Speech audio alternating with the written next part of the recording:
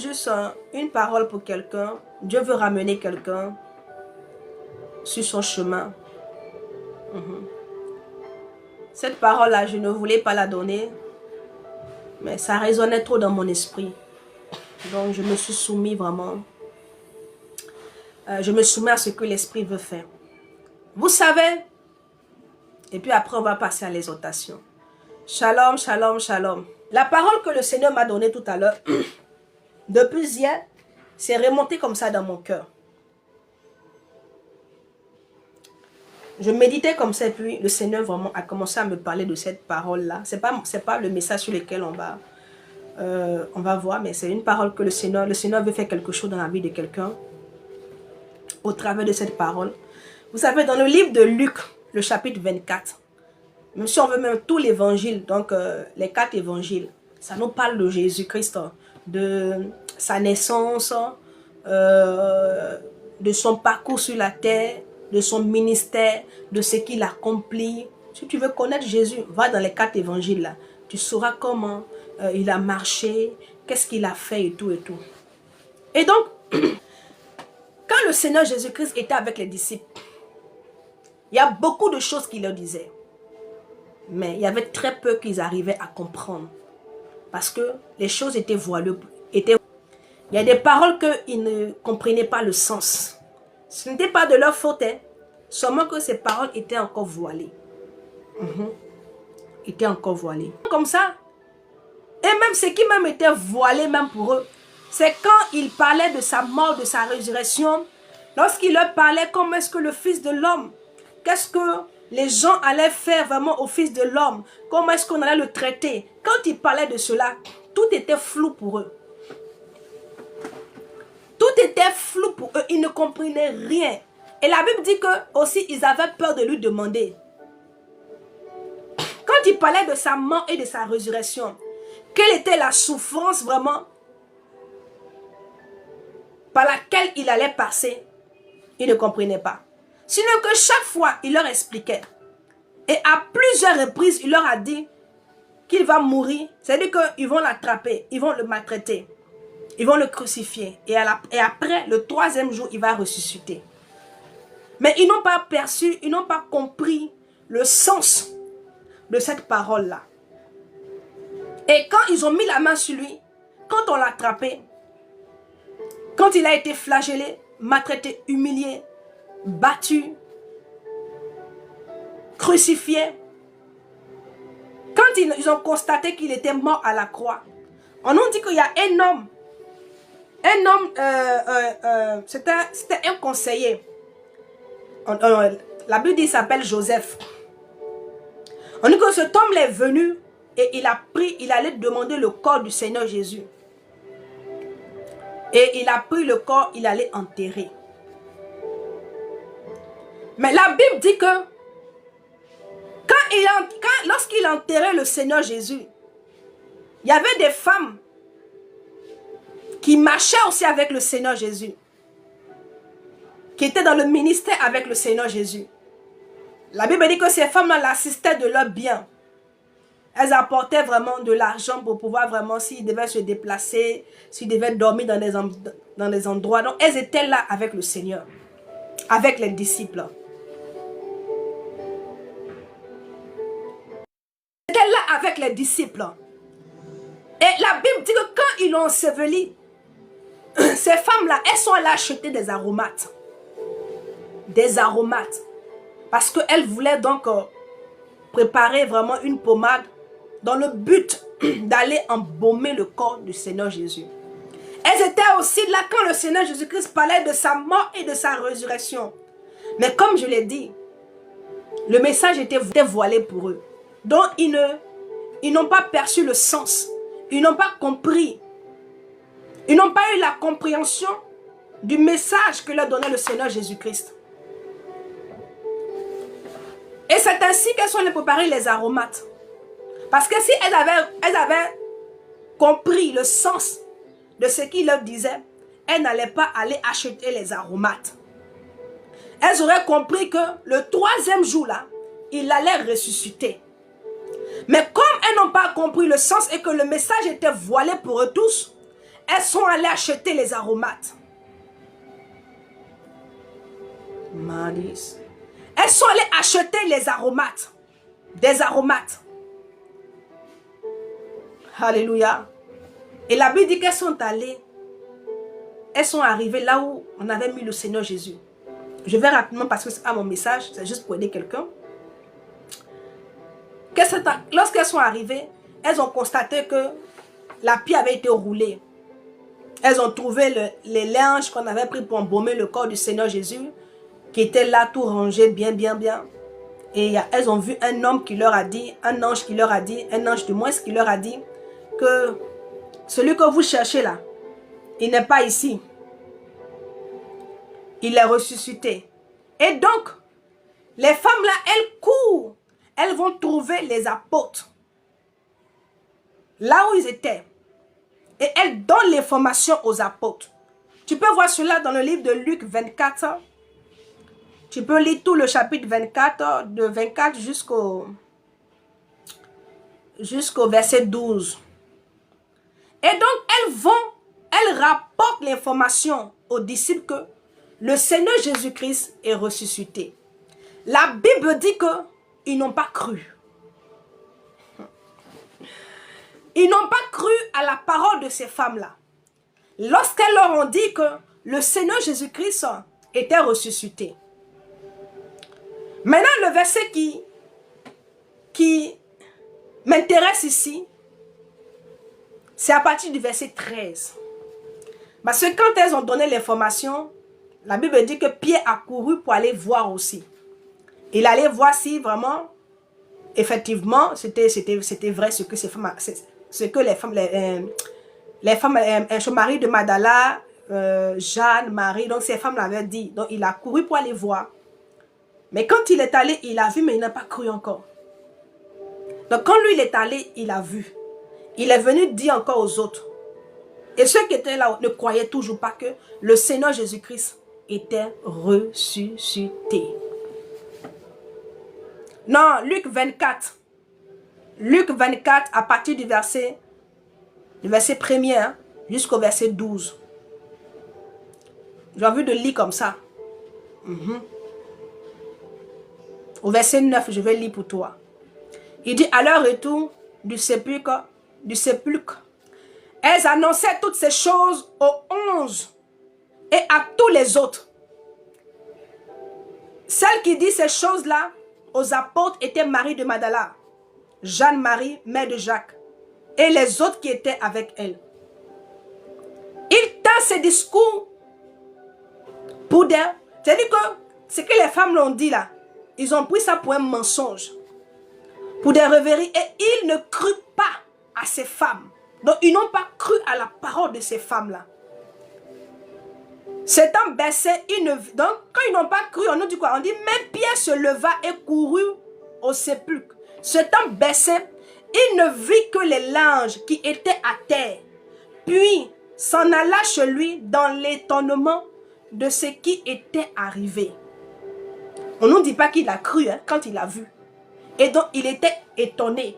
Parce que quand il est allé, il a vu effectivement tout ce que les femmes avaient dit. Il a trouvé les choses textuellement comme c'était là-bas. Donc il était étonné. Il était choqué. Mais quand il est revenu là, il a aussi donné l'information à ceux qui étaient là pour dire effectivement, ce que les femmes là ont dit, j'ai trouvé les choses là, comme elles les ont dit là-bas. J'ai vu le linge et tout, mais je n'ai pas vu le Seigneur Jésus-Christ. Mais la Bible nous dit, il y a deux disciples là. À partir du verset 13, il y a deux disciples, eux, ils se sont levés. Le même jour où on dit que Jésus-Christ est ressuscité là. Et le même jour où on leur a dit que le Seigneur Jésus-Christ était ressuscité. Et ils se sont levés parce qu'ils n'ont pas cru. Ils ont décidé comme ça d'aller à Emmaüs. Qu'est-ce que Emmaüs représente? Ils ont décidé de retourner à leur ancienne vie. Et ils ont décidé de... C'est-à-dire que Emmaüs là, symbolise, c'est-à-dire que le retour à l'ancienne vie. Malgré les formations qu'ils ont reçues, comme ils ne croyaient pas, ils ont décidé le même jour, pas un autre jour, hein, le même jour là, eux, d'aller à Emmaüs, de repartir dans leur ancienne vie, c'est-à-dire que de retourner dans ce qu'ils faisaient avant de rencontrer le Seigneur Jésus. On dit, et voici ce même jour, 2 disciples allaient à un village nommé Emmaüs, éloigné de Jérusalem.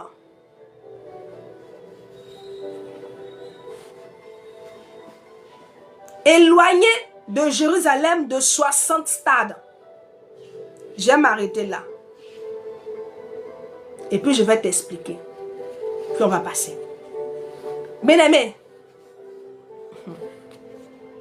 ils ont marché avec le Seigneur Jésus-Christ. Ils ont accepté le Seigneur Jésus-Christ. Ils ont cru en sa parole. Quand une épreuve est arrivée, oui, parce que c'est une épreuve. Quand l'épreuve est arrivée, or, avant que l'épreuve n'arrive, le Seigneur avait pris le temps, soin de les enseigner sur toutes ces choses. Mais quand l'épreuve est arrivée, bien-aimés, malgré qu'ils ont entendu que le Seigneur était ressuscité, ils ne croyaient pas, ils n'ont pas cru. Ils ont décidé, parce qu'il y a une épreuve qui est là, au lieu de croire, de s'accrocher à la parole, de s'accrocher au Seigneur Jésus, eux, ils ont préféré retourner à Emmaüs, retourner à leur ancienne vie, retourner dans leur ancienne vie. Quand on parle d'ancienne vie, vous savez un peu de quoi est-ce que je veux parler. Et le Seigneur m'a fait comprendre qu'il y a des personnes qui sont là, qui ont marché ou qui marchent avec le Seigneur. Mais à cause des épreuves survenues dans leur vie, ils veulent retourner à Emmaüs. Chaque jour, on leur dit, Jésus-Christ est mort, mais il est ressuscité. Il est assis sur le trône de gloire. Mais l'épreuve dans laquelle tu es là, fait que tu n'entends pas, fait que tu ne crois pas. C'est ce qui s'est passé avec les disciples. Ah, Saint-Esprit. Oui. Chaque fois je viens te dire ici que le Seigneur Jésus-Christ n'a pas changé. Il est mort pour ta maladie. Il est mort pour tes... C'est-à-dire qu'il a porté sur lui ta maladie. Il a porté sur lui ta souffrance. Il a pris ta souffrance. Chaque fois je te le dis ici. Qu'il est ressuscité pour toi. Mais voici que ces temps-ci, tu es confronté à des défis au niveau financier. Tu es confronté à certaines difficultés. Mais malgré tout ce que tu as entendu, mais tu veux aller à Emmaüs. Tu veux aller à Emmaüs. Tu veux aller à Emmaüs. Tu veux retourner dans ton ancienne vie.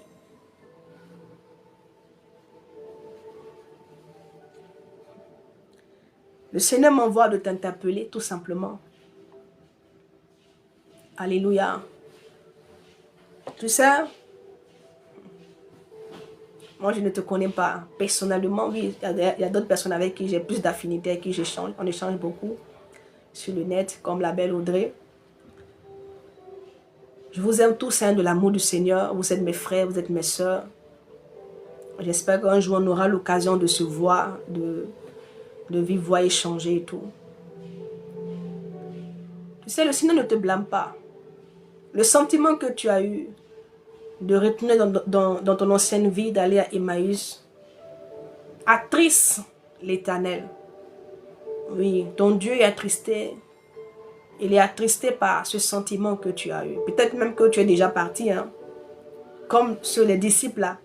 Et ils ont déjà prêté le chemin. J'ai dit, quand Pierre est venu leur dire là même là, oh, ça, j'ai dit que quand lui-même il est venu affirmer ce que les femmes avaient dit. Là, il a versé même le dernier saut de découragement sur eux. Ils se sont levés et dit, bon, ça suffit comme ça. Je paraphrase. Hein. Nous, on part à Emmaüs. On retourne dans notre ancienne vie. On retourne dans ce qu'on faisait avant. C'est fini, il n'y a plus d'espoir. Et peut-être que tu penses à ça. Le Seigneur t'aime. Je te parle et puis j'ai la tristesse dans mon cœur, je ne sais pas pourquoi. Je vois que tu es triste à cause de cette épreuve, à cause de ce que depuis les choses ne se décantent pas. Le ministère n'avance pas pour toi, les choses sont bloquées, les fidèles sont méchants, tu ne sais plus où mettre la tête, tu as tout donné pour le Seigneur, ta jeunesse, ta vie, et rien n'avance. Je te vois attristé, je te vois peiné dans ton cœur, dans ton âme. C'est parce que le Seigneur t'aime qu'il vient t'apporter cette parole. La Bible dit quand ils sont allés, ils ont commencé à aller à Emmaüs.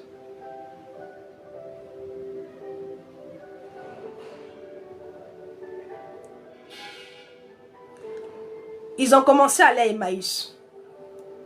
Et puis Jésus-Christ, celui qui est ressuscité, dont on leur a dit, le maître est ressuscité.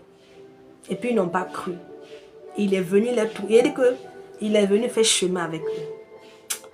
Aïe, shadablo, shibalados. Mabado, shadalas.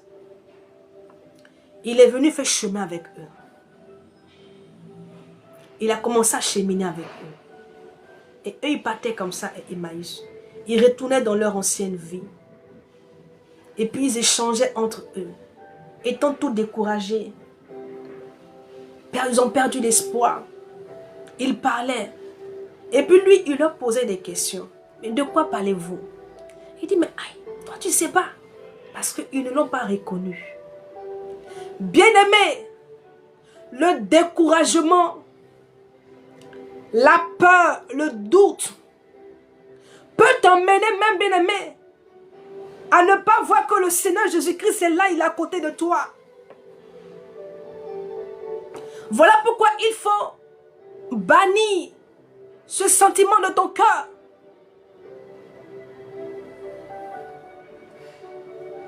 Parce que tu peux être emporté par le découragement au point où tu ne vois même pas le Seigneur. Oh, il est là, il est à côté de toi. La peur, le doute met un voile sur ton visage. Ça met un voile sur ton visage où tu ne vois pas le Seigneur. Où tu ne l'entends plus. Mais ces hommes-là, ils étaient tout le temps avec le Seigneur. Comment n'ont-ils pas pu reconnaître sa voix? Et je me suis posé la question. Comment se fait-il qu'ils n'ont pas pu le reconnaître? Ils n'ont pas reconnu de visage, mais au moins la voix. Et c'est comme ça. Le Seigneur est là. Mais tu es tellement poussé dans le découragement que tu ne vois pas, tu ne perçois pas. Même quand il te parle, tu n'entends même pas. Tu n'arrives même pas à comprendre que c'est lui qui est en train de te parler. Parce que tu es focalisé sur autre chose. Tu es tellement découragé que tu n'as plus les oreilles pour entendre. Tu n'as plus les yeux pour voir.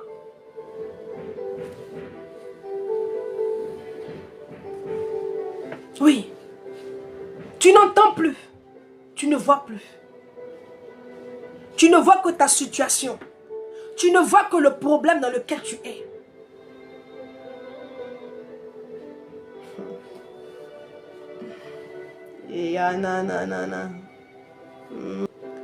Donne-lui les yeux pour voir que tu es là.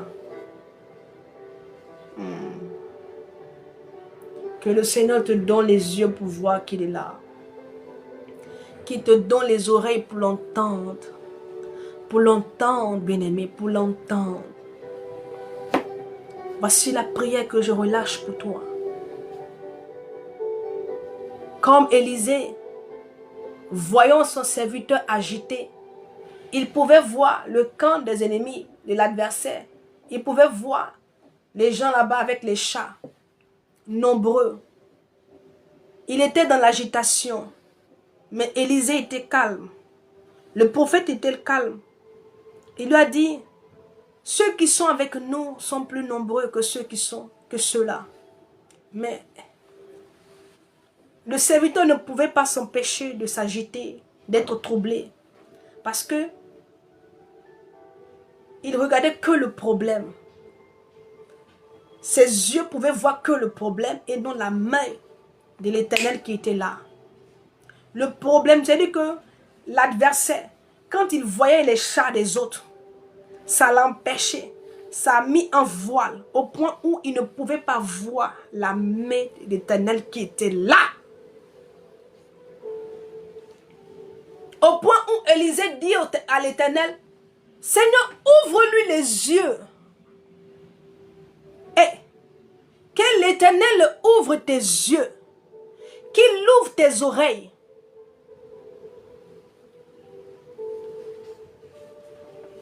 Que tu entendes et que tu vois.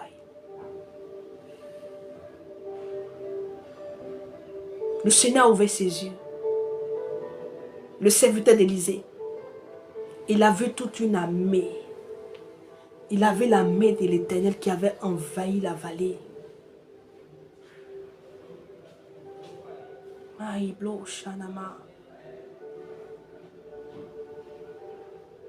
J'ai beaucoup de tristesse dans mon cœur.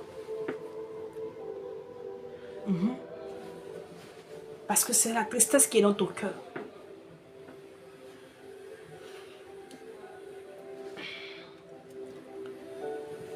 Et la tristesse qui est dans mon cœur, ce n'est pas à cause de la tristesse que tu as, mais à cause de ce que tu ne vois pas.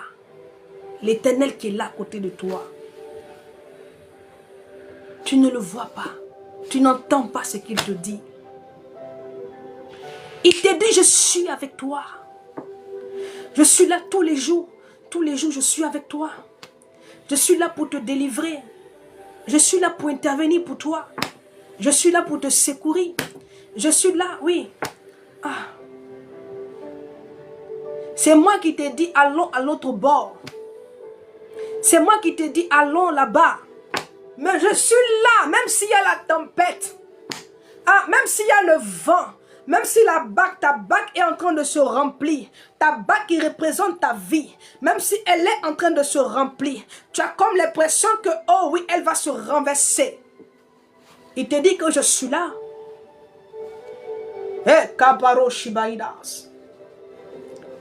Il te dit que je suis là et qu'elle ne va pas se renverser.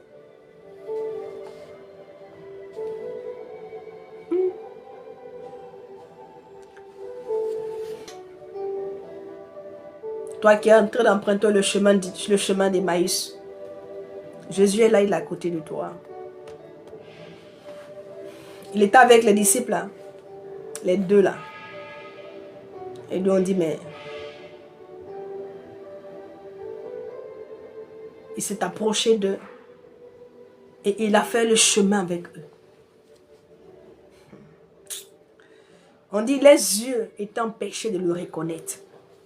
Qu'est-ce qui a empêché les yeux de le reconnaître? C'est l'inquiétude, la peur, l'incrédulité. C'est l'incrédulité, l'absence de foi. Ils ne croyaient pas, ils ne croyaient pas. Ils ne croyaient pas. Ils avaient peur, ils étaient inquiets. Le doute. C'est toutes ces choses-là qui avaient empêché leurs yeux de voir le Seigneur. C'est ce qui t'empêche toi de le voir. Ah. Et sur le chemin là,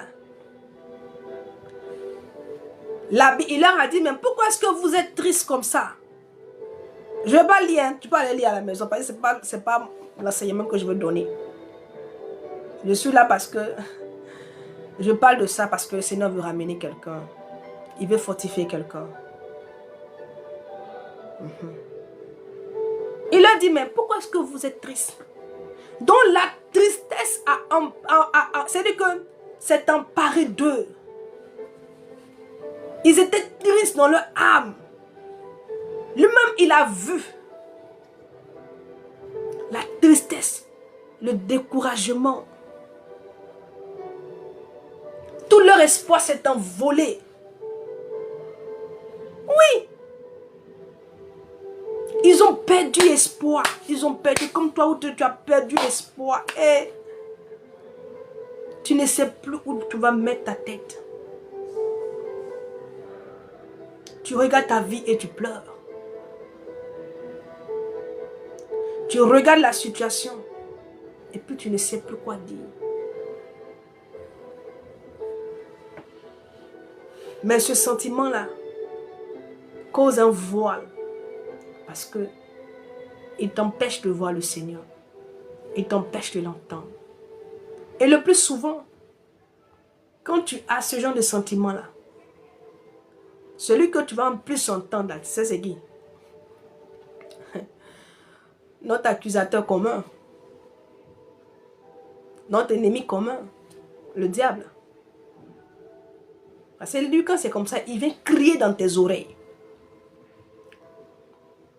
C'est lui que tu vas entendre plus. Oui. Parce que le diable, il fait du bruit.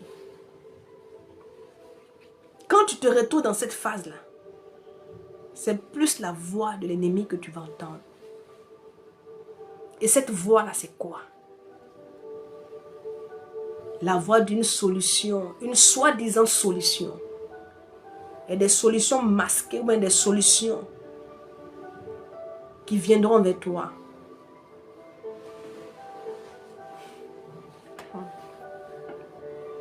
Parce que le diable sait que tu es en quête, tu es fatigué, tu es épuisé. Et que là où tu es là, tu es en quête de solution. Tu es prêt à tout parce que, voyant ton état psychologique, voyant ton état financier, il sait que là où tu es là, tu es une proie fragile. Il sait que tu es une proie fragile, une proie facile qui peut s'accaparer. Oui, parce que là tu es fragile. Tu es fragile.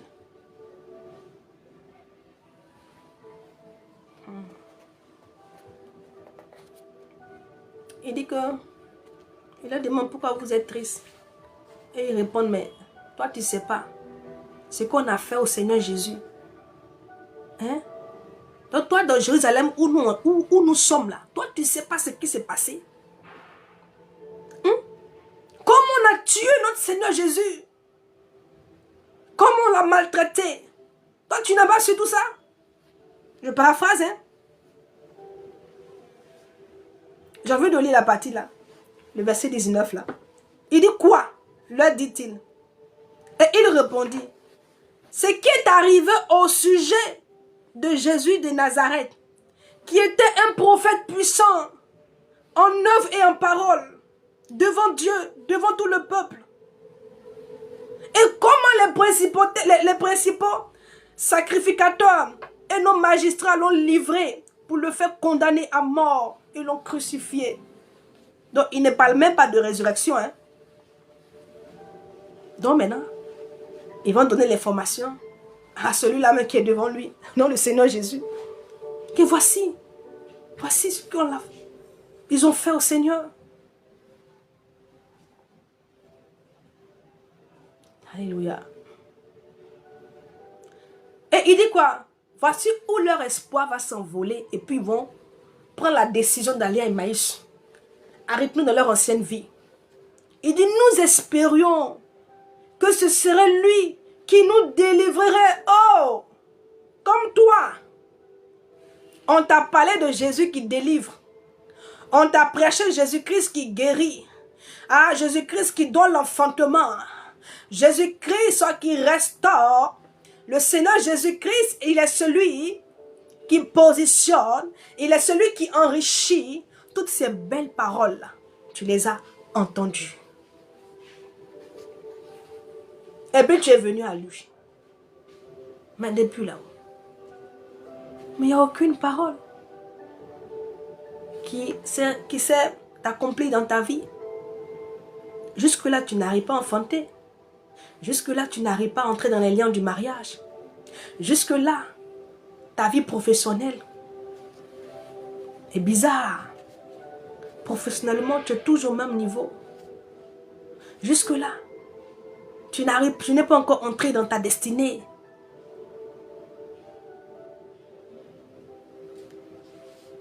Mais cependant, ce n'était pas ce qu'on t'avait dit, hein? Non. On t'a présenté Jésus-Christ, mort, crucifié, ressuscité. Donc crucifié, mort, ressuscité, assis sur le trône de gloire. Celui qui change les circonstances. Celui qui tient le temps. C'est ce Dieu qu'on t'a présenté.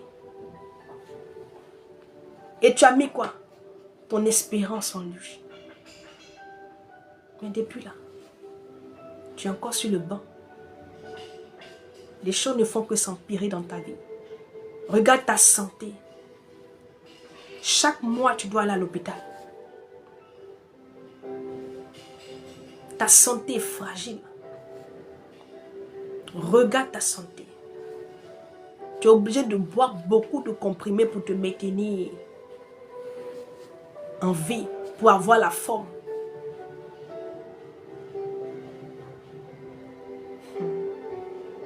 Il dit, nous espérions que ce serait lui qui délivrerait Israël. Donc, et ils ont espéré, c'est-à-dire que en cette délivrance-là, eux, ils ont cru que c'est lui qui allait les délivrer. Et voici qu'il est mort. Donc, s'il est mort, est-ce qu'eux encore, ils peuvent espérer à une quelconque délivrance? Parce qu'ils ont laissé leur vie. Tous ceux que le Seigneur a appelés là, ils avaient une vie. Ils ont laissé leur vie pour le suivre.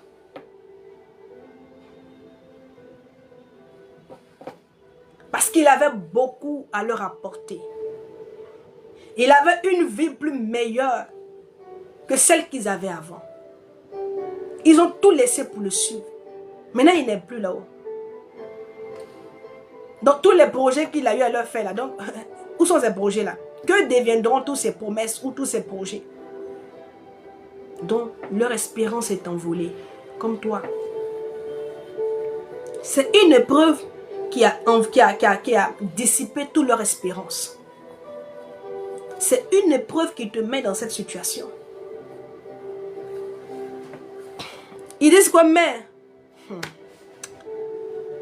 avec tout cela, voici le troisième jour que ces choses se sont passées. Il est vrai que quelques femmes d'entre nous nous ont fort étonnés. Elles sont venues avec une information de quoi il est ressuscité.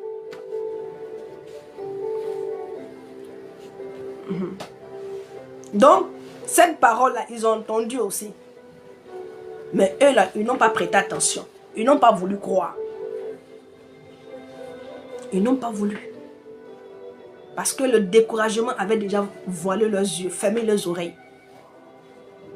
Le découragement, l'incrédulité, les empêchait de croire que Jésus-Christ, celui qu'on avait attrapé, celui qu'on avait crucifié, celui qu'on avait enseveli, venait de ressusciter.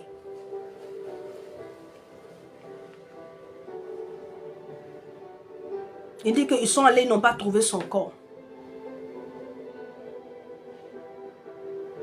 Il dit quoi? Et n'ayant pas trouvé son corps, elles sont venues dire que des anges leur ont apparu. C'est-à-dire qu'ils sont fatigués même. Elles sont allées, elles sont venues nous dire qu'il y a des anges qui leur ont apparu, que voici.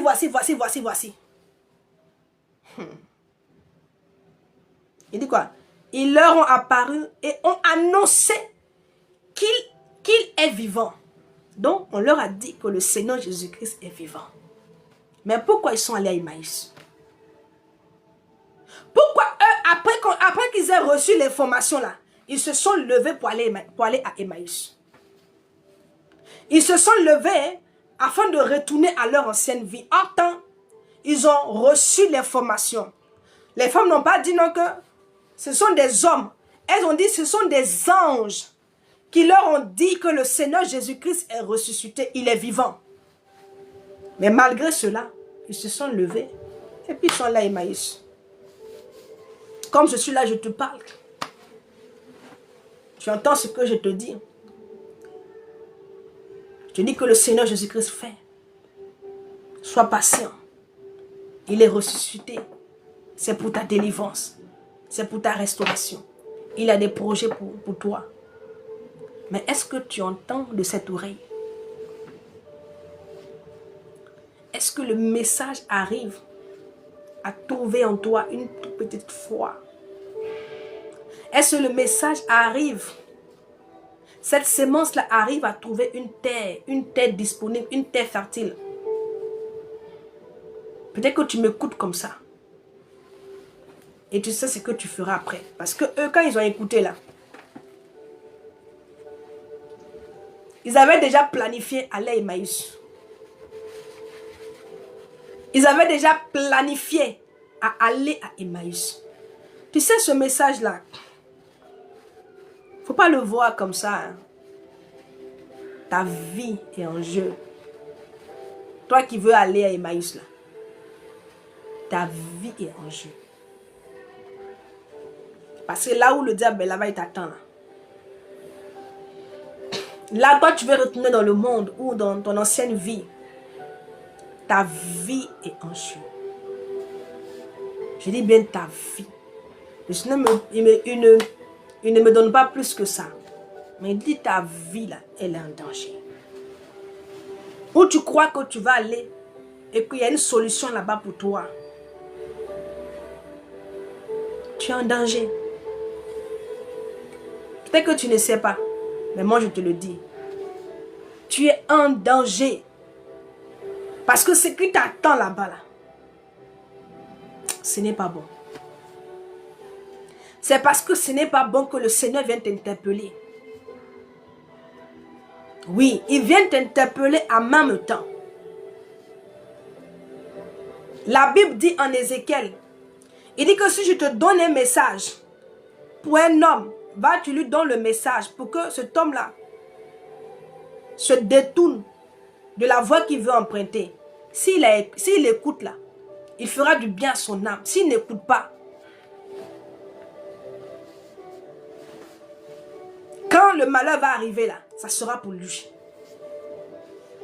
Donc moi je viens pour te donner le message. Moi je me désengage. Oh.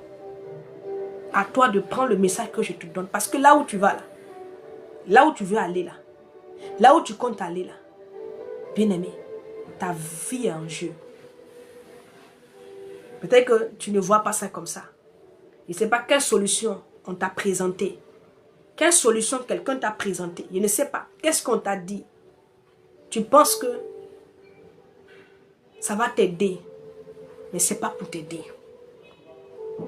Ce n'est pas pour t'aider. C'est pour te détruire.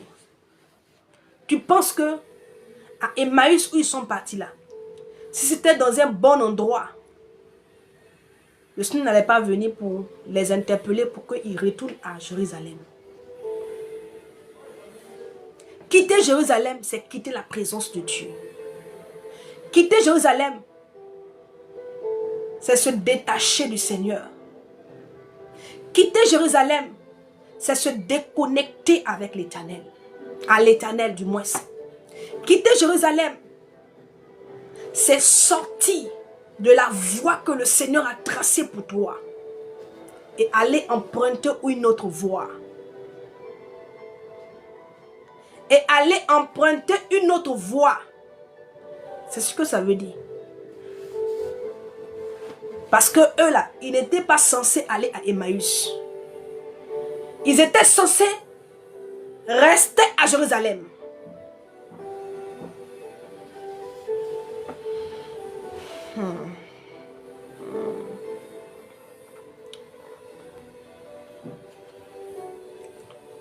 Il dit quelques-uns de ceux qui étaient allés au sépulcre, ils ont trouvé les choses comme les femmes l'avaient dit. Donc, il parle de Pierre. Dans un autre évangile, on dit que Pierre allait avec Jean aussi, allait aussi. Ceux qui envoient l'invitation là, c'est pourquoi. C'est pas quelque chose à dire, il faut écrire. Alléluia. Il leur dit, ô homme sans intelligence. Qu'est-ce qu'il veut dire? Quand il dit ô homme sans intelligence, c'est pas dire que tu... Ô homme sans intelligence, c'est pas dire que tu n'es pas intelligent. Hein. C'est dire que le diable a voilé, il a fermé ton intelligence. Il a fermé ta compréhension. Il t'empêche, bien-aimé, de voir. C'est ça. Quand il dit ô homme sans intelligence, c'est comme il y a un voile qui t'empêche de voir. Il y a un voile qui t'empêche.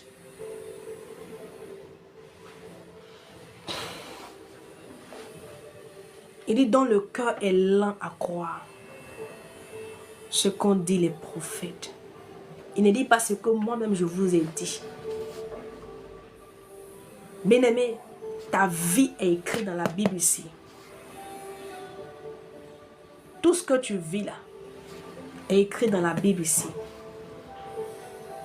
Les prophètes, les docteurs, les apôtres. Mais toi, tu ne crois pas ce qui est écrit. À quoi est-ce que tu vas croire? Dis-moi. Si tu ne crois pas ce qui est écrit là, c'est à quoi est-ce que tu vas croire? Parce que c'est à ça que tu dois croire. À ce qui est écrit là. Ça a été écrit pour toi. Parce que le Seigneur savait que tu allais te retrouver dans de telles situations. Et en voyant ce qui a été écrit pour toi, ça allait te réconforter. Ça allait t'apporter, bien aimé, la tranquillité. Ça allait t'aider. Mais tu ne crois pas en ce qui est écrit. Il dit, ô homme sans intelligence, dont le cœur est lent à croire ce que les prophètes ont dit.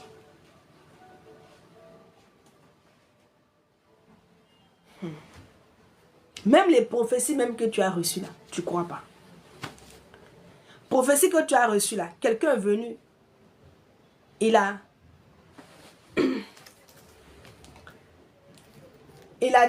fait que la personne est venue là. C'est la même prophétie qu'on t'avait donnée il y a de cela 10 ans, 5 ans, 6 mois. Il y a une autre personne qui est venue, qui a retiré les mêmes propos. Or, ils ne se connaissent pas les prophètes. Chaque fois, on ne fait que te retirer les mêmes choses. Voici ce que Dieu va faire pour toi. C'est les prophéties là, chaque fois. Le Seigneur vient confirmer par ses serviteurs dans ta vie ce qu'il t'a dit. Il vient confirmer, même ça encore tu ne crois pas. Tu penses que le Seigneur pouvait ne rien te dire? Ou bien, est-ce que tu l'as forcé pour qu'il te parle? Est-ce que toi, tu as forcé l'Éternel pour qu'il te donne une prophétie? Tu l'as forcé pour faire des projets pour toi? Est-ce que tu l'as forcé pour qu'il écrit ton histoire? Non.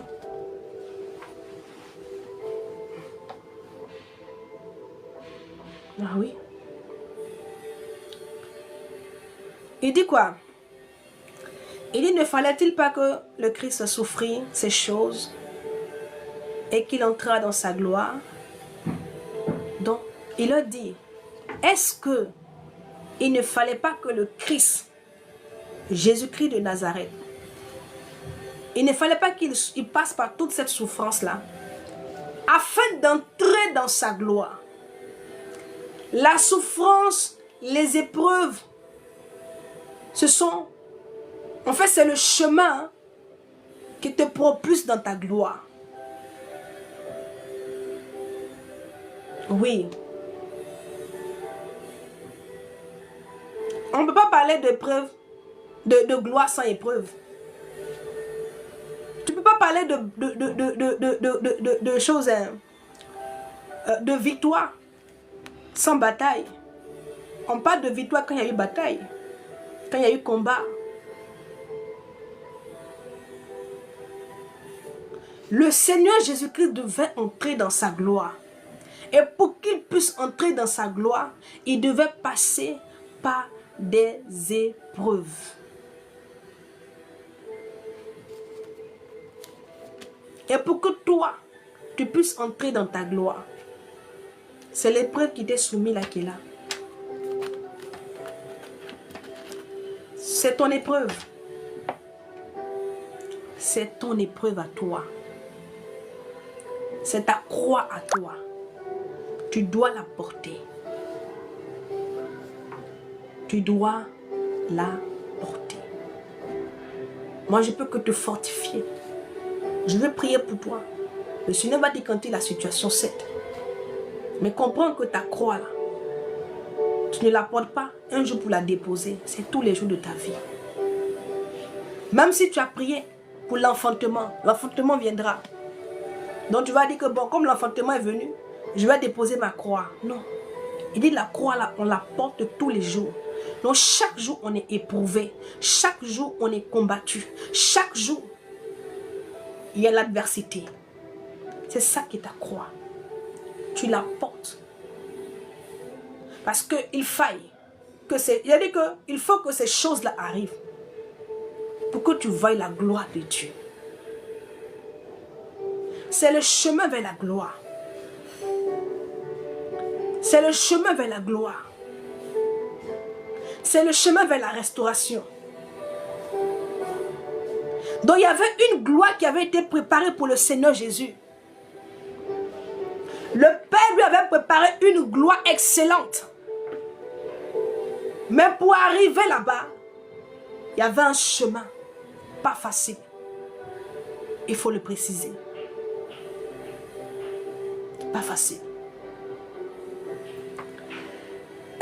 Pas facile ce chemin. Mais quand tu vois ce qui est devant, quand tu vois ce qui est devant, tu ne regardes plus à ce qui est en arrière. Tu ne regardes plus à ce qui est en arrière. Mais tu regardes à ce qui est devant.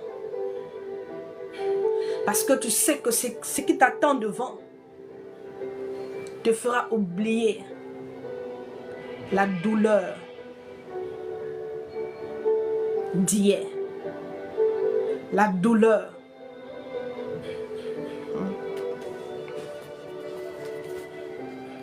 Moi, je ne comprends pas ceux qui veulent la gloire, mais qui fuient les épreuves.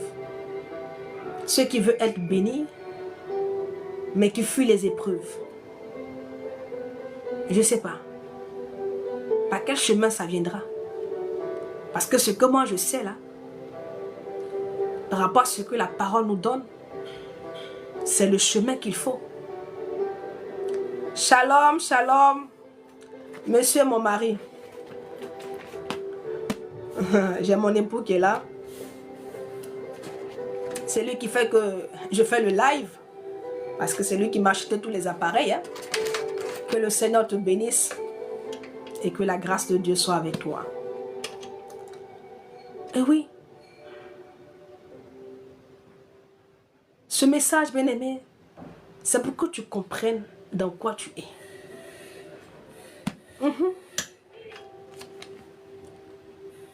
Tu penses que elle est là, elle nous parle. Mais j'ai des épreuves.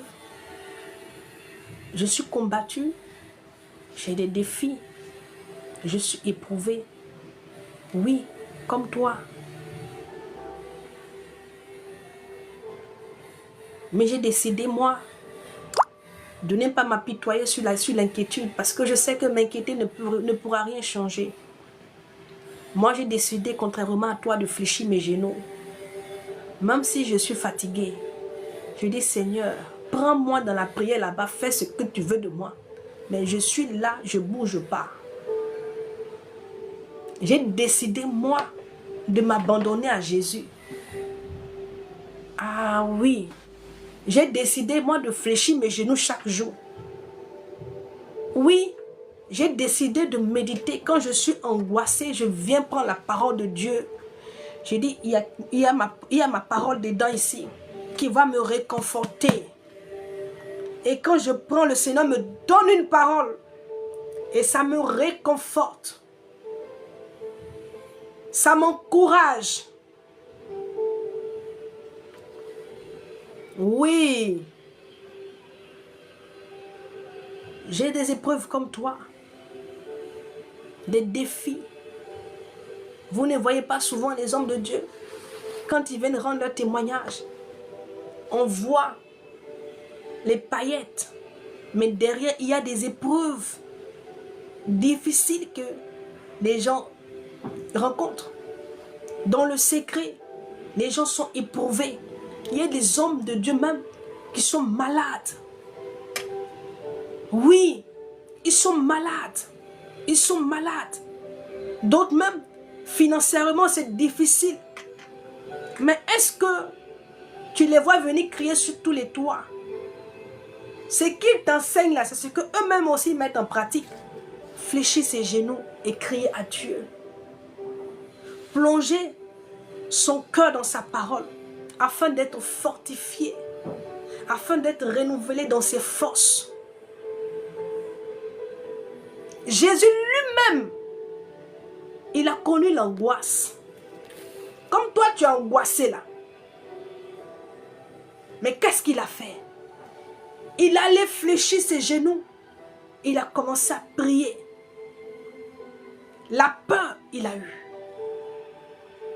Angoissé, il a été angoissé.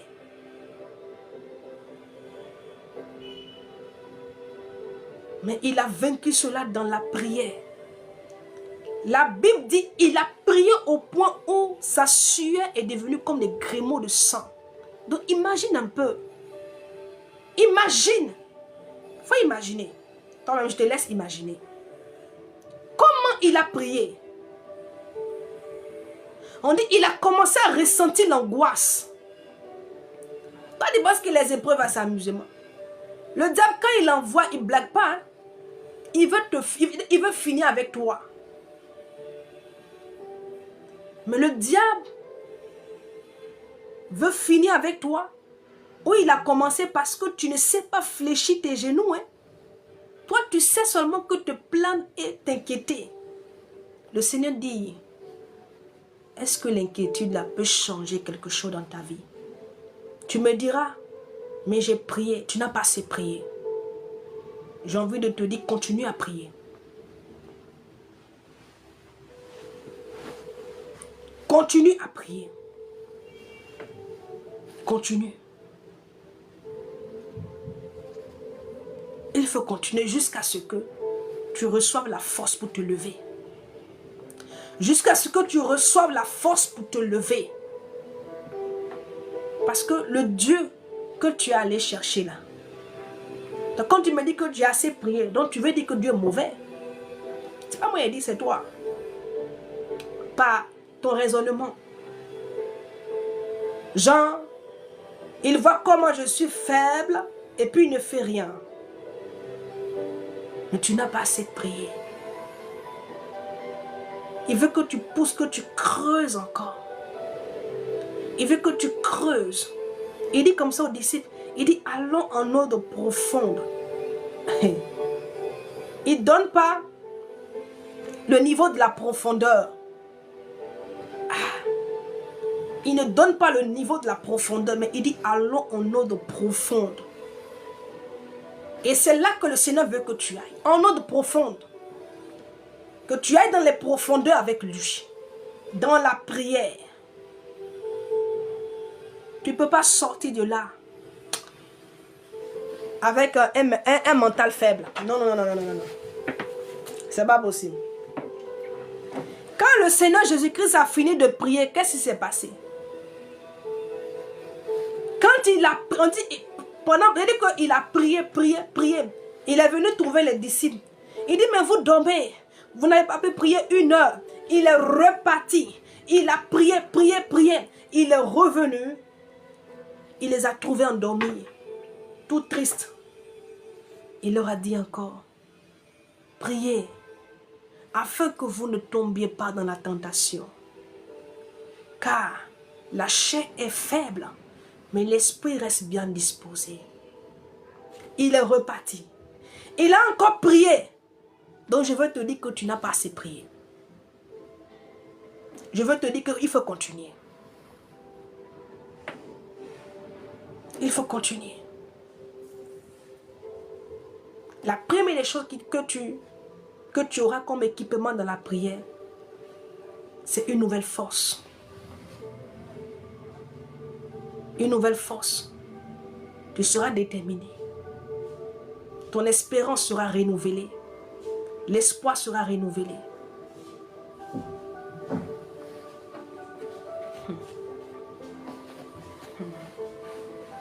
Ah, il faut prier. Il faut prier. C'est la prière qu'on a. Sinon, qu'est-ce qu'on peut? C'est pour prier. Il faut prier. Dieu n'est pas injuste. Dieu n'est pas injuste. C'est un père, hein? C'est un père avant tout. Il dit, méchant comme vous êtes, quand vos enfants vous demandent le pain, est-ce que vous leur donnez du caillou? Ou du serpent? Ou le serpent? À plus forte raison, votre Père qui est dans les cieux. Beaucoup, vous faites passer l'Éternel pour un méchant dans vos cœurs. Beaucoup, vous blâmez l'Éternel dans votre cœur. Vous ne le dites pas, mais dans votre cœur, vous le blâmez pour ce que vous vivez. Parce qu'il voit, mais il n'agit pas, il n'intervient pas. Dans votre cœur, c'est quel Dieu, c'est quel Père qui peut laisser ses enfants souffrir comme ça. Mais ça ne va pas te tuer. Il sait que tu ne vas pas mourir. Comme il a dit pour cet homme qui était né aveugle, pour Lazare. Du moins pour Lazare. Il dit, bon, cette maladie-là, ce n'est pas pour la mort. Parce qu'il savait qu'il allait ramener Lazare. L'histoire de Lazare, c'est-à-dire qu'il savait d'avance que l'histoire de Lazare n'allait pas s'arrêter là. N'allait pas finir. Il dit, cette maladie-là, ce n'est pas pour la mort. Donc cette épreuve-là, ça ne va pas te détruire. Ça ne va pas te tuer. Mais bien au contraire, tu sortiras forgé, transformé. Rien comme ça, j'étais en train de prier comme ça. Et il y a une parole que le Seigneur a mis dans mon cœur. La parole disait comme ça que nous contemplons la gloire. Donc je prends le verset. Nous contemplons la gloire et nous sommes transformés en la même image de Christ, de gloire en gloire. C'est-à-dire que tu contemples l'Éternel. Tu contemples la gloire, la grandeur, la puissance de l'Éternel. Et en le contemplant, bien-aimé, c'est demeurer dans sa présence, demeurer en lui. Et en étant en lui, qu'est-ce qui se passe? Il te transforme à son image. C'est quand tu es transformé en la même image de Christ que tu es propulsé vers la gloire. Or, l'épreuve là, c'est ce qui vient pour te transformer. C'est ce qui vient pour te transformer. Afin que tu sois à la même image de Christ. Et que tu sois propulsé dans la gloire.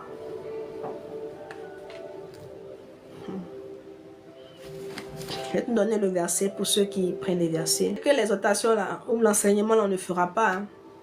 On va finir ça et puis on va... Nous sommes nous sommes transformés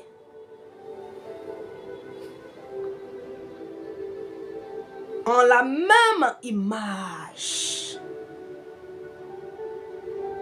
de gloire en gloire, comme par le Seigneur l'Esprit. Donc la gloire vient quand tu as fini avec l'épreuve qui t'est soumise. Et donc par cette épreuve-là, le Seigneur te façonne, il te transforme, il te casse, il te brise. C'est comme l'argile qui est dans la main du potier. Quand le potier est en train de former, bien aimé, le vase, il a l'argile entre ses mains. Il malasse, il casse, il refait. Il y a beaucoup de modifications qu'il fait autour pour donner une forme à cet argile qu'il a entre ses mains. C'est après ça que le vase est utilisable. Ou le pot. Et donc c'est pareil. C'est cela qui dit, il ne fallait-il pas que le Christ souffrit toutes ses souffrances. Il ne fallait pas qu'il soit éprouvé de la sorte. C'était nécessaire qu'il passe par cette épreuve. Parce qu'il y avait la gloire qui l'attendait là-bas. Il y a la gloire qui t'attend devant. Oui. Et ce qui est marrant, vous savez, quand les gens sont près du but, c'est là qu'ils se découragent. Quand les gens sont près de la chose, là où ils vont attraper, c'est là que beaucoup se découragent. Parce que quand tu es proche du but, tu es comme une femme qui est en travail. Tu es comme une femme qui a des contractions.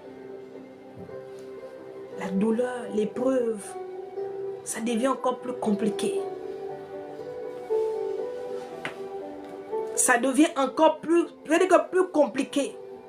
Et quand les gens sont dans cette phase-là, c'est là même qu'ils sont fatigués. Ils se découragent. Ils n'ont plus la force pour avancer. Regarde un peu la femme. L'état de la femme quand elle est enceinte. Quand elle arrive à 9 mois, quand tu la vois, tu sens la fatigue sur elle. Une femme, quand elle arrive à terme, mais quand tu vois, tu sais. Parce que tu la sens fatiguée, épuisée. Oui. Sans compter qu'elle va aller lutter avec les contractions là-bas. C'est-à-dire qu'elle n'est pas au bout de ses peines. Hein? Elle n'est pas au bout parce que, imagine à partir de 5 mois, tu vas commencer à dormir sur les côtés. Ça fatigue le corps. Tu changes carrément. Ton mode de vie change. Quand tu tombes enceinte. Tu changes ton alimentation. Tu changes ta façon de marcher change. Ta façon de dormir change. Tout change. Ah oui. C'est-à-dire que tu ne fais pas exprès. C'est pas fait à dessein. C'est comme ça. Comment tu te retrouves en train de marcher différemment? Tu ne fais pas exprès. C'est-à-dire que c'est la grossesse qui t'oblige à avoir un nouveau style de vie, une nouvelle façon de marcher. C'est la grossesse qui t'oblige à avoir une nouvelle façon de marcher.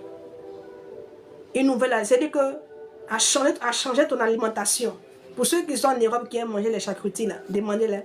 Quand ils sont enceintes, quand elles sont enceintes, les femmes là, qui aiment manger les sushis, les tours des Chinois, frais là, c'est déconseillé. Même si tu aimes, tu ne peux plus manger. Tu ne pourras plus manger parce que tu sais que ce n'est pas bon pour le fœtus. Ce n'est pas bon pour la santé de l'enfant. Donc, il y a des grossesses, bien aimées, quand tu portes quelque chose, tu es conduit par cette grossesse-là. Il y a des femmes qui ont des envies bizarres. C'est la grossesse. Et beaucoup sont dans cette phase-là où ils sont au thème de leur grossesse. Ils sont fatigués, ils n'en peuvent plus. Ils sont épuisés. Que le Seigneur te fortifie. Alléluia. C'est à ce thème-là que le Seigneur Jésus-Christ était. Quand la Bible dit qu'il était angoissé. Demandez aux femmes qui ont déjà accouché là. Quand tu arrives à ton thème, tu commences à être angoissé. Oui, c'est naturel, tu es angoissé. Oui, il y a plusieurs émotions. Il y a la joie, il y a la peur. Vraiment. Vous ne voyez pas les femmes enceintes là, comme elles ont des humeurs bizarres là. Que le Seigneur te fortifie. Qu'il te donne la bonne compréhension. Et qu'il t'aide à comprendre ces choses. Parce que c'est pour t'aider qu'il donne ce message. Toi qui es déjà sur la voie d'Emmaüs, toi qui es déjà, peut-être que tu t'apprêtais comme ça, certainement à emprunter cette voie. C'est pour toi. Ils sont restés avec le Seigneur Jésus-Christ. Durant combien d'années? Pendant 3 ans, ils sont restés avec lui. Pour 3 jours seulement. Hein. Il les a quittés 3 jours seulement. 3 jours. Ils ont tout oublié. Ils ont mangé avec lui. Ils ont dormi avec lui. Ils ont cheminé avec lui pendant 3 années. 3 jours seulement. Regarde que ils ont été ébranlés dans leur foi. La foi a chuté. Alléluia.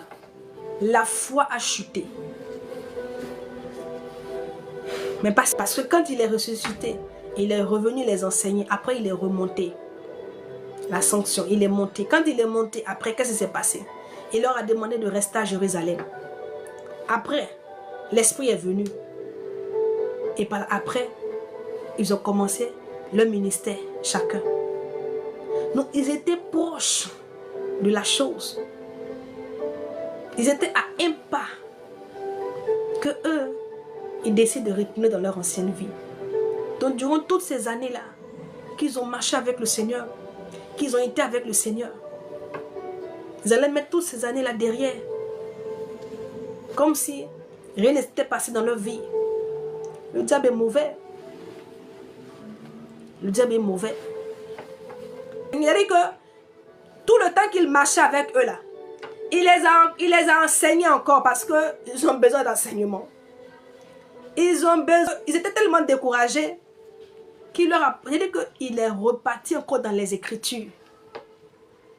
Il a commencé par Moïse.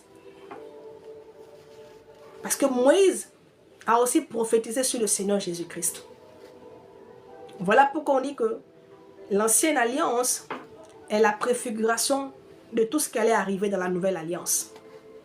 Dans l'ancienne alliance là, bien aimé, tout nous parle de Jésus. Tout nous ramène à Jésus. Alléluia. Et donc il a commencé à les enseigner encore. Afin que leur esprit s'ouvre. Afin que leur intelligence, afin qu'ils soient renouvelés dans leur intelligence. Afin qu'ils soient renouvelés dans leur intelligence. Près du village, lorsqu'ils étaient près d'Emmaüs, ils allaient lui, on dit lorsqu'il fut près du village où ils allaient, il apparut vouloir aller plus loin. Mais il le pressant en disant, donc quand ils sont arrivés près du village, le Seigneur Jésus-Christ a fait exprès d'aller devant, comme s'il continuait son chemin. Maintenant, eux, tellement l'enseignement qu'il leur donnait là, leur faisait du bien. L'enseignement, parce qu'il a commencé à les enseigner. Et l'enseignement là leur faisait du bien. Leur cœur était touché. Ils sentaient quelque chose se passer, bouillonner en eux. Et donc, ils lui ont dit, mais il faut venir, on va aller à Emmaüs ensemble. Que tu vas continuer ton chemin. Pardon, viens, on va aller ensemble. Donc, eux-mêmes, ils lui ont dit, allons ensemble à Emmaüs. Donc, eux, ils l'ont invité de venir voir aller ensemble. Pourquoi? À cause de l'enseignement qu'il a donné là. Ça leur faisait du bien. Ils étaient découragés, mais l'espoir commençait à revenir dans leur cœur.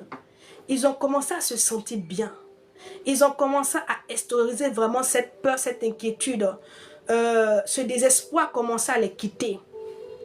Ils ont commencé à manifester d'autres sentiments à cause de l'enseignement qu'il leur donnait. Donc, ils étaient contents d'être dans sa présence.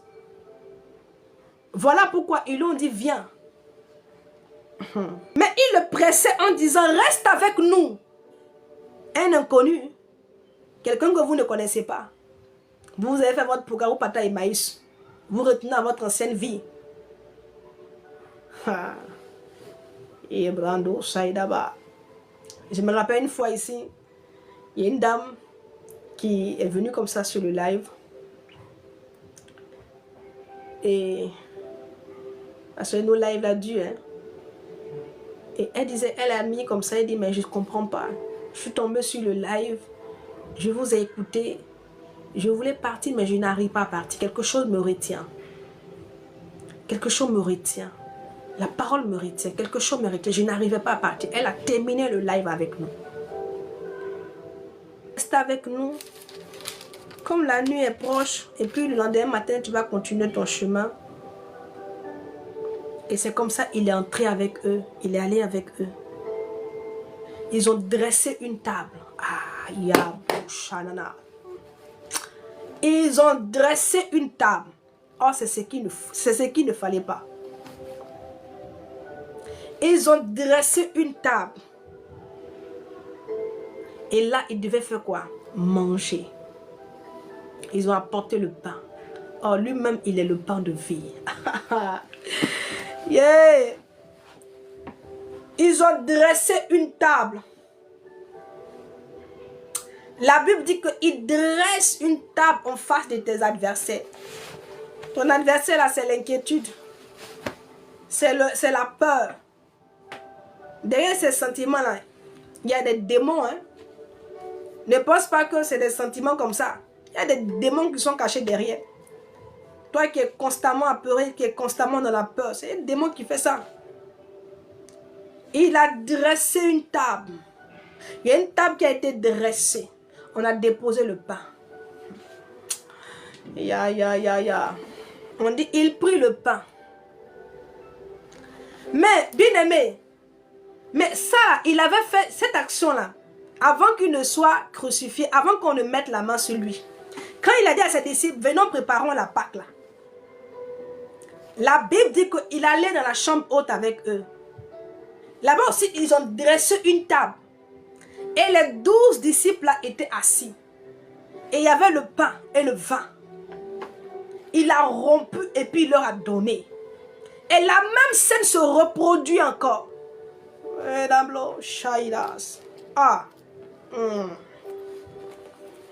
Voici que la même scène est en train de se reproduire. Oui. Parce qu'il y a une table qui est dressée. Il y a des pains qui sont là. Là-bas, on dit il a rompu le pain et il leur a donné. Il dit mangez ceci, car c'est mon corps. Buvez ceci. Il a parlé du vin, car c'est mon sang.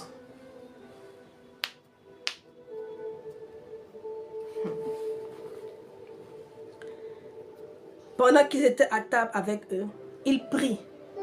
C'est lui qui a pris le pain, le Seigneur Jésus. Donc durant tout ce temps-là, ils ne l'ont pas reconnu. Ils ne l'ont pas reconnu. C'est comme ça, le Seigneur est avec vous. Beaucoup, Jésus est avec vous. Il marche avec vous. Mais vous ignorez. Vos yeux ne vous permettent pas de le voir.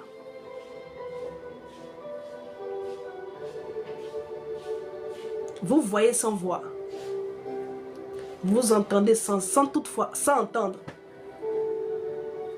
Il est là, il chemine avec vous. Mais vous ne savez même pas. Parce que l'incrédulité a fait que vous ne pouvez pas voir.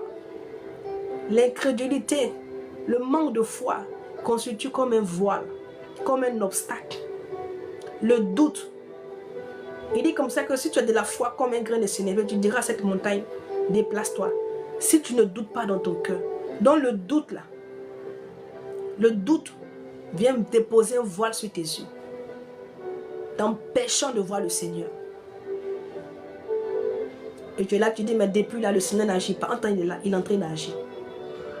Il est en train de faire pour toi.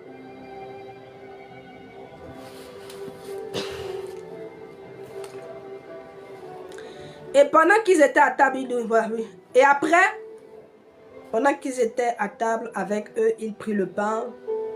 Et après avoir rendu grâce, la même scène, il le rompit et le donna.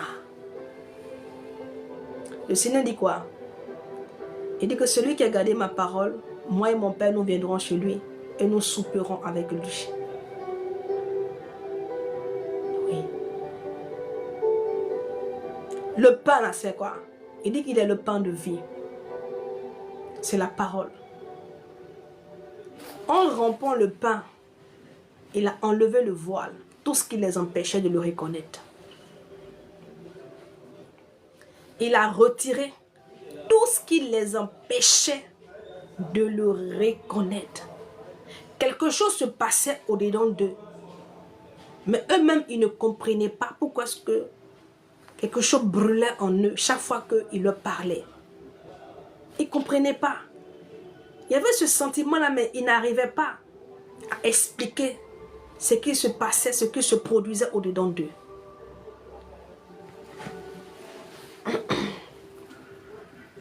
Il leur donna. Il leur donna alors. Leurs yeux s'ouvrirent. Et ils le reconnurent.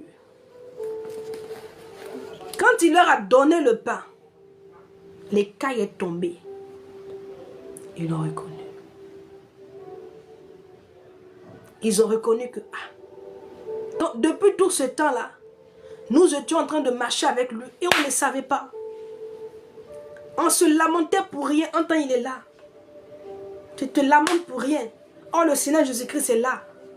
Il contrôle toutes choses. Il dit que tout est sous contrôle. Et toi, tu es là, tu te lamentes. Et tes yeux sont fermés. Tes yeux sont fermés. Ton intelligence est fermée et voilée. Ça fait que ton cœur est lent à croire. Tu crois difficilement parce que ces éléments-là ne sont pas ne sont pas en règle. Donc tu ne vois pas. L'intelligence est fermée.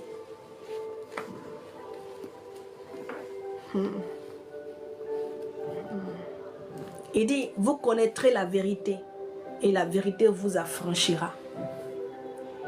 Ah oui. La vérité, c'est la parole, c'est la connaissance, c'est la révélation. Quand tu la reçois, tu es illuminé et tu vois la lumière. Alors les yeux s'ouvrirent et il le reconnut. Je prie que le Seigneur ouvre tes yeux. C'est ma prière pour toi en ce jour. Que Yahweh ouvre tes yeux. Qu'il ouvre tes yeux. Tu as vu les disciples dans la barque là. Quand la tempête a commencé, ils ont essayé par leurs moyens. Quand ils ont constaté, ils ont vu que, parce que c'était des pêcheurs, hein, et donc ils étaient habitués à aller en haute mer. Ils étaient habitués aux tempêtes. Les disciples là, la plupart étaient des pêcheurs. Pas eux tous, hein. Donc ceux-là qui étaient habitués à la mer, ils étaient habitués à aller en haute mer. Ils avaient déjà connu ce genre de tempête. Ce jour-là, ils ont tout fait. Mais plus ils essayaient là, plus ça s'empirait. Qu'est-ce qu'ils ont fait? Tout ce qu'ils prenaient pour plusieurs lots, pour enlever dans la bac là, ils ont déposé. Ah, nous on est là, on se fatigue. En tant que le maître, lui-même il est couché. Ils ont déposé, ils sont allés révéler le Seigneur Jésus. Ah, il faut venir voir cette affaire-là. Nous on périt là. Quelqu'un doit laisser sa force, son intelligence, et puis se tourner comme ça pour dire Seigneur, là, qu'est-ce que je fais?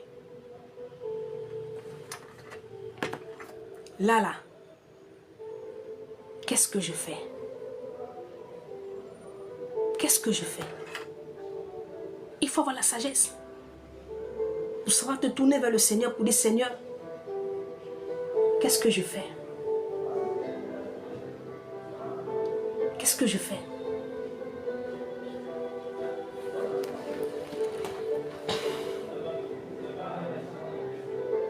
On dit il a disparu.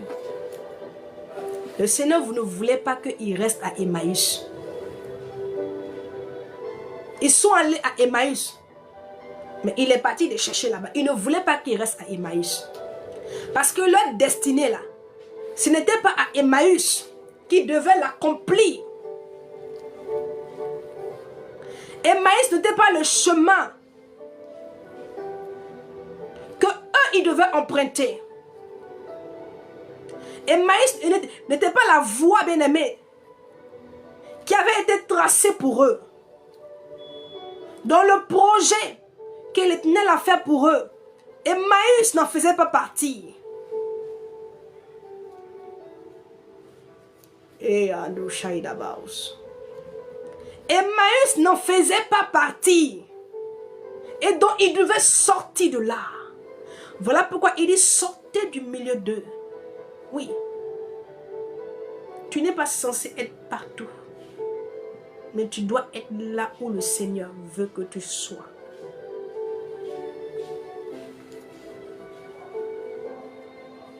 Le chemin de leur destinée n'était pas le chemin d'Emmaüs.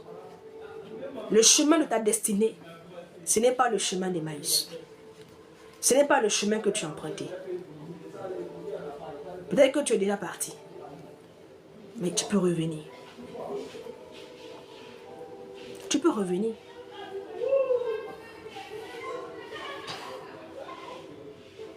Et ils se dirent l'un à l'autre, notre cœur ne brûlait-il pas au-dedans de nous lorsqu'il nous parlait en chemin?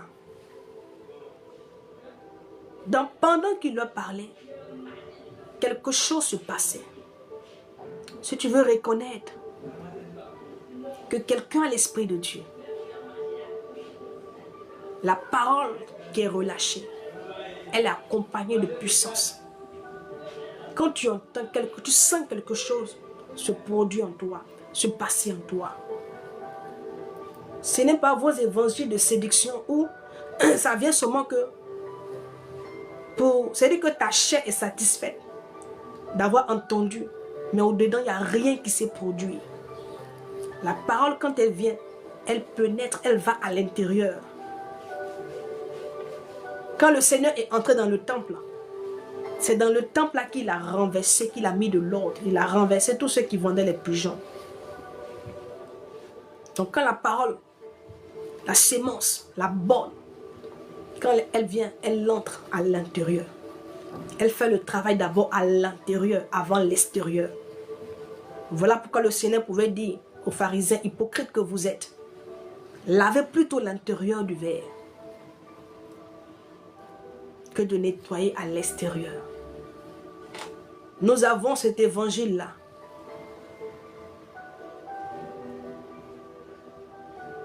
qui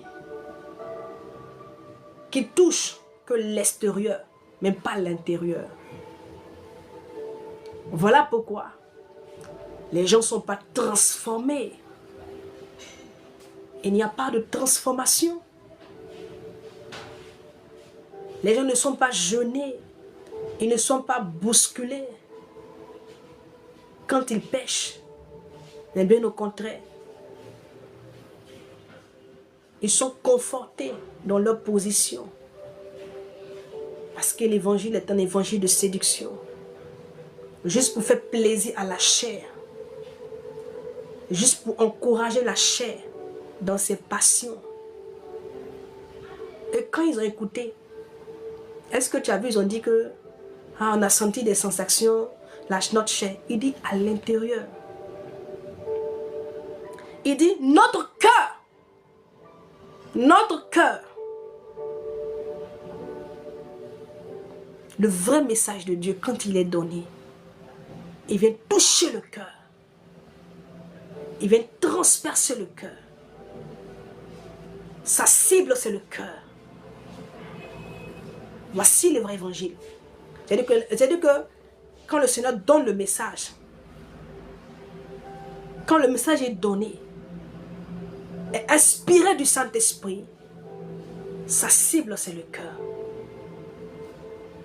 Quand il leur parlait, ils entendaient avec leur oreille physique. Mais c'est leur cœur qui a été touché. C'est dans leur cœur qu'ils ont senti le feu les brûler à l'intérieur. Parce que c'était le cœur qui était lent à croire.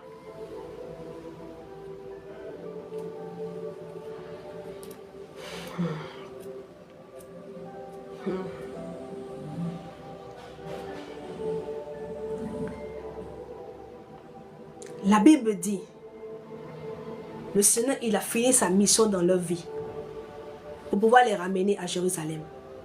Parce que c'était ça sa mission. Et la parole a contribué.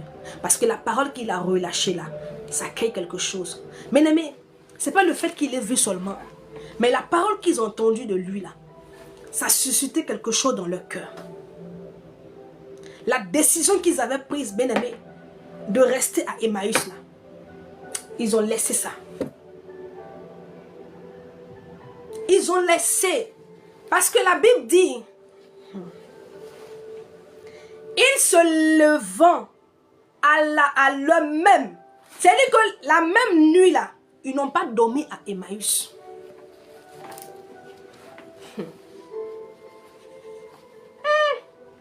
C'est fort, hein? Ah, c'est eux-mêmes qui ont dit au Seigneur que la nuit est en train de tomber, il faut venir rester. Quand on va dormir, on va rester ensemble, puis le matin, tu vas repartir. La même nuit là.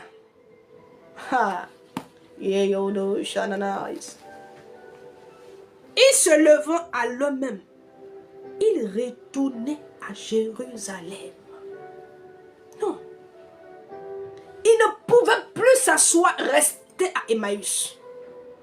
C'était impossible pour eux de rester encore à Emmaüs. Quand ils ont entendu la parole, ils ont vu le Seigneur, ils ne pouvaient plus rester à Emmaüs. Le plan qu'ils avaient fait, bien-aimé, en allant à Emmaüs là, ils ont radié ce plan-là. Ils ont annulé ce plan. C'est-à-dire qu'ils ont mis une croix sur Emmaüs. Ils se sont levés promptement et ils se sont retournés à Jérusalem. Parce qu'ils ont compris que leur destinée n'allait pas s'accomplir à Emmaüs. Ils ont compris que dans leur destinée, Emmaüs ne faisait pas partie. Ils ont compris que le projet de l'Éternel pour leur vie, Emmaüs n'était pas inclus dans ce projet. Que le projet bien-aimé, il y avait ce que Jérusalem. Et Jérusalem, c'est la présence de l'Éternel. C'est la connexion avec l'Éternel.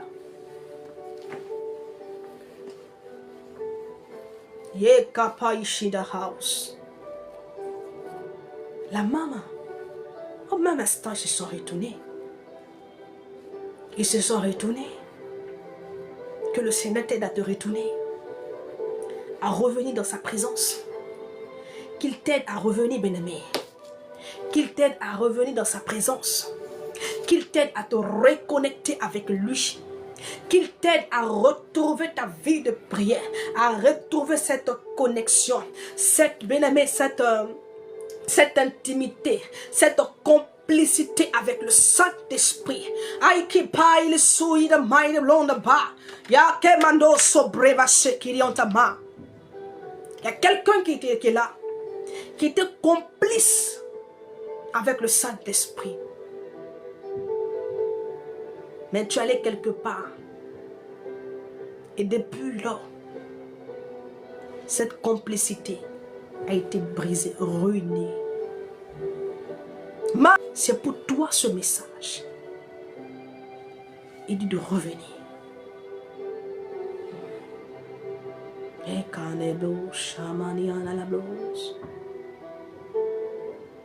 Et de nous, Saint-Esprit, ramène-nous dans tes voies. Nous avons besoin de toi. Que pourrons-nous faire sans toi?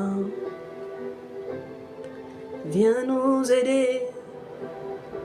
Oh Jésus, aide-nous Seigneur. Ah Seigneur, ta grâce. Pas élever la voix. Et un autre.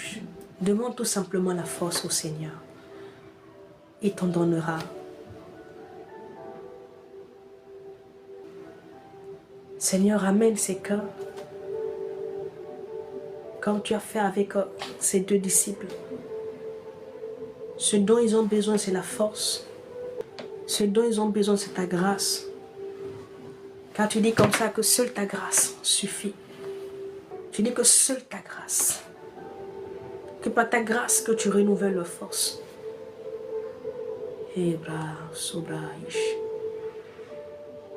Manifeste ta puissance. Déploie ta puissance.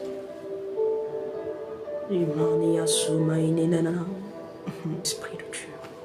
Alléluia. Merci Seigneur pour ta grâce. Je bénis le Seigneur pour ce qu'il fait. Maïko Roboché, cette parole, il n'a pas permis que... Il me fait comprendre que c'est lui qui a voulu que tu sois là pour entendre cette parole. Parce qu'elle a créé quelque chose dans ton cœur maintenant. Je vois quelqu'un qui, pendant que je parlais, qui coulait des larmes, qui pleurait, je ne sais pas c'est qui. Je bénis le Seigneur. Qui ne laisse pas ses enfants se perdre. Qui ne laisse pas ses enfants se perdre. Parce que le loup est là. Il attend tout simplement qu'une brebis s'égare pour la dévorer. Le loup est là. Mais tu ne seras pas dévoré, me dit le Seigneur. Tu ne seras pas dévoré. Je dis que non. Tu ne seras pas dévoré. Tu ne seras pas dévoré. Ils peuvent planifier. Ils peuvent planifier. Ils planifieront. Mais en ce qui te concerne, tu ne seras pas dévoré.